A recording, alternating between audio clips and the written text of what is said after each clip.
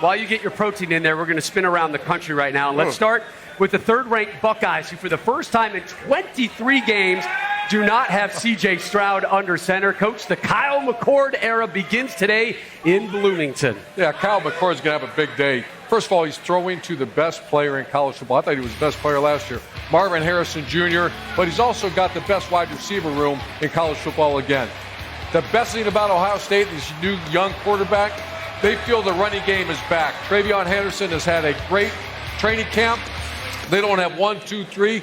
They have 4 tailbacks they feel great about. The only question at Ohio State right now is the offensive line.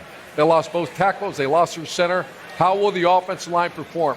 If they perform well with those great running backs, Kyle McCord is going to have a big year and a big day today. All right, let's stay in the Big Ten. Michigan, their head coach, Jim Harbaugh, today begins a 3-game suspension imposed by the school as they seek to lessen eventual NCAA punishment for recruiting violations.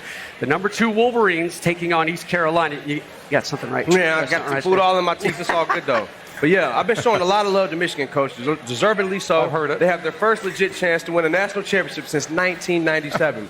I love the line, physical. They're the identity of that team. 2 professional running backs in the backfield, Blake Corum and Donovan Edwards. But I'm eager to see how they handle the adversity that they've been going through this year. I think adversity brings great teams together.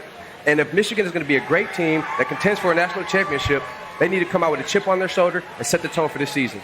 All right, Battle of Carolinas in Charlotte as South Carolina meets number 21 North Carolina and their Heisman hopeful quarterback, Drake May. Yeah, this one's going to be a shootout. You got Drake May, who's one of the best quarterbacks in the country, trying to make a Heisman bid going up against the defense in South Carolina that really struggled last year, only bringing back 3 starters on defense.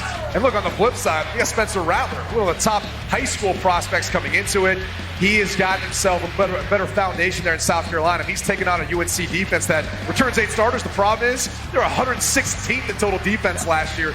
UNC really struggled. Expect a lot of points in this one. It should be a ton of fun and 2 of the best quarterbacks you're going to see in college football. You like Drake May. I love Yeah, Drake I know May. you like Drake May. I do, man. Hey, Me too. Drake May for baller. Heisman if his defense can show up this season. It's a big if. I get it. Points. It allows you to put more points, more stats. For the 60th time and first since 1992, regional rivals West Virginia and Penn State meet up, and there's a new QB in Happy Valley. Matt, say goodbye. Guys, Q. it makes me sad. Cliff Dog Sean Clifford is finally graduated. He had a great career at Penn State, but the Drew Aller era begins, and we saw glimpses of last year. He was the prize recruit in the 2022 class, the highest-ranked quarterback recruit since Christian Hackenberg.